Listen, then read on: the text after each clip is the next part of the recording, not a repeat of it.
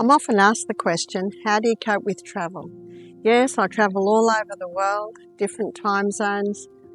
What I have discovered is that wherever I go, I keep to their time. But it's also vital that I drink adequate water. I always have water with me. I always have a little Celtic salt. I have about the size of a sesame seed before I start every glass of water. I find if I sip the water, that is so much better.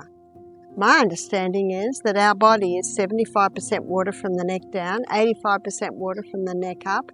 So every part of our body must have water. Our brain needs water.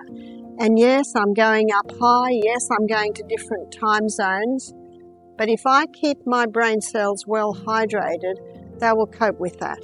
And so I make sure, no matter where I am, no matter what I do, I always have water.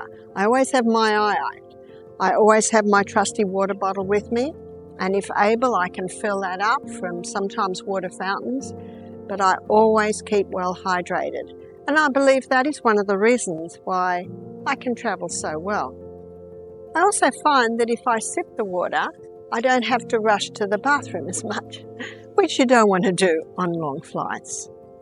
I make sure that I stop drinking about half an hour before the meal, and I resume about an hour and a half after the meal. Little by little, I'm able to take the water in. I find that helps a lot. Ideally, I have good quality water. Sometimes I have to buy water. On the plane, you're usually given water. Do I drink anything else? No, I don't. Maybe occasionally I'll have a little sparkling water, but the majority of the time, I just drink plain water. When I get to my destination, I'm aware of the time frames. I try, if possible, to have a sleep on the plane. I'm very thankful to my husband that gets me some good flights and some good seats, so I'm usually able to get some sleep, but I'm mindful of the time of where I am going. And when I get to where I'm going, I look at the time it is. Maybe if I'm arriving 5 o'clock in the afternoon, I'll have a meal, but not too heavy a meal.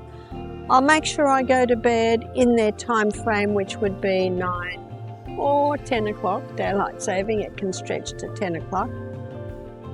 I'm always mindful of where I sleep. I'm mindful to get the technology out of my room because I know that that certainly interferes with my electromagnetic field and can interfere with my body clock.